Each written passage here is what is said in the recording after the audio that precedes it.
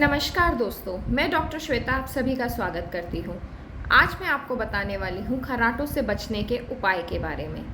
खर्राटों की समस्या से हम जो लोग परेशान रहते हैं वो रात्रि में सही से सो नहीं पाते और ना ही उनके पास वाला उनके पास सो पाता है। तो उससे बचने के लिए आप एक बहुत ही सरल उपाय कर सकते हैं। आप अपनी नासा के दोनों रंध्रों में मतलब नाक के दोनों तरफ 2-2 बूंद अणु तेल डालें। ऐसा करने से बहुत जल्द ही आप इस खर्राटों की समस्या से मुक्ति पा सकते हैं। धन्यवाद।